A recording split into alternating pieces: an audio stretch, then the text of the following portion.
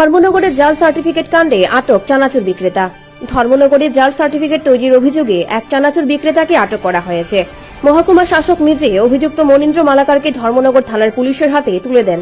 আটক ব্যক্তি, যিনি দেয়ানপাশা এলাকার বাসিন্দা, দীর্ঘদিন ধরে জাল সার্টিফিকেট তৈরি করে আসছিলেন বলে জানা গেছে। সূত্রে জানা গেছে, অভিযুক্ত ব্যক্তি বিভিন্ন সরকারি এবং বেসরকারি কাজে ব্যবহারের জন্য জাল পরিচয়পত্র এবং অন্যান্য গুরুত্বপূর্ণ নথি তৈরি করেছিলেন। মহকুমা শাসক এই ঘটনার গুরুত্বের কথা উল্লেখ করে জানান, সমাজে এই ধরনের অপরাধ রোধে প্রশাসন কঠোর ব্যবস্থা গ্রহণ করবে। তার বিরুদ্ধে আইনি ব্যবস্থা নেওয়া হবে। প্রশাসন এই ঘটনার পেছনে আরও কোনো অপরাধী আছে কিনা তাও তদন্ত করছে। Bureau report, Dharmanagar news online. একটা প্রতারক চক্র ধর্মনগরের সাব ডিভিশনের কিছু সার্টিফিকেট, তারা ডুপ্লিকেট জাল সার্টিফিকেট তৈরি করে মানুষকে প্রতারিত করছে।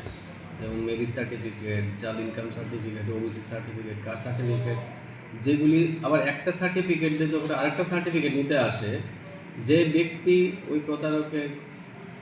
প্রতারণার পরে কাগজটা তৈরি করেছে, ওই কাগজটা দিয়ে যখন ওর পরিবারে অন্য কারোর একটা সার্টিফিকেট তৈরি করতে আসে, তখন এটা ধরা পড়ে। তো এরকম আমরা সবগুলি লিস্টিং করি, পুলিশের সাথে ইনভেস্টিগেশনের কাছে পাঠাই। আজকে ওইভাবেই কিছু সার্টিফিকেট, ওবিসি সার্টিফিকেট একটা দিয়ে আরেকটা তৈরি করতে আসলো, যেটা দিলে ওইটাও ফেক, এবং সাথে যার জন্য তৈরি করতে দেওয়া হয়েছে ওইটা হয়তো আমরা জেনুইন তৈরি করতাম, যে যার বেসিসে আরেকটা ব্লাড রিলেশনে তৈরি করা হয়, ওইটা তো পাওয়া গেছে ফেক। যখন আমাদের লেভেলে যখন ইনভেস্টিগেশন করা হলো, যাকে হিয়ারিং করতে আসলো, সে বললো কার কাছ থেকে তৈরি করা হয়েছে। ওই ভিত্তিতে এক ব্যক্তিকে পাওয়া গেছে, উনি এখানে এরকম মানুষের সাথে প্রতারণা করেন, ওনাকে পুলিশের হাতে তুলে দেওয়া হয়েছে। স্যার, কখন ওনাকে ধরেছেন? আজকে ধরা হয়েছে দুপুরবেলা। আচ্ছা, ওনার কি নাম জানতে পারি কি? নামটা আমার জানা নেই। আচ্ছা আচ্ছা, তো ওনার কাছে কি পেয়েছেন, মানে ও কতগুলি পেয়েছেন সার্টিফিকেট? আমরা পাইনি, কিন্তু যে কাগজটা জমা দেওয়া হয়েছিল, যে আবেদন করতে এসেছেন একজন, উনি জমা দিয়েছেন একটা কাগজ, ওইটা জাল সার্টিফিকেট।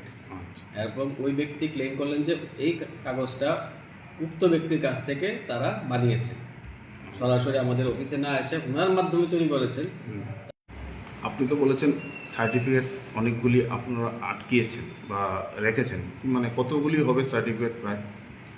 এটা প্রতিদিন আমরা নতুন যোগ হতে থাকে। লাস্ট ফিগার ছিল 58টা।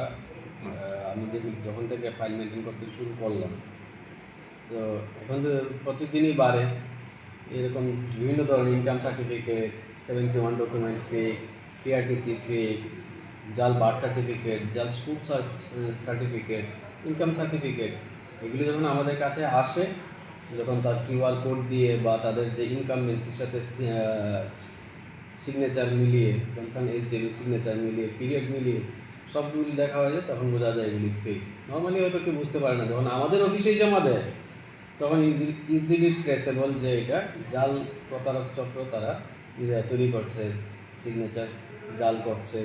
কিন্তু যারা যখন করে, তাদের কিছু না কিছু ফল্ট থেকে যায়, এই আমাদের কাছে ধরা পড়ে। তো দীর্ঘদিন ধরেই তো স্যার এইসব জাল চক্রের বিভিন্ন ভাবে খবর গিয়েছে। আপনারা কি মানে কিছু সংখ্যক লোককে কি মানে আইডেন্টিফাই করতে পেরেছেন কি? মানে এটা আমরা ইনভেস্টিগেশনের জন্য কিছু সংখ্যক তো আইডেন্টিফাই হয়েছে, ইনভেস্টিগেশন চলছে, কোথায় কোথায় থেকে তারা অপারেট করে। তো অনেকটাই এখন বলতে পারবো একটু তাদেরকে সাবধানতা অবলম্বন করছে। তাদের সাথে চোর পুলিশের লড়াই চলছে, আমাদের এখন সামনে আসে না, সংখ্যা কমছে।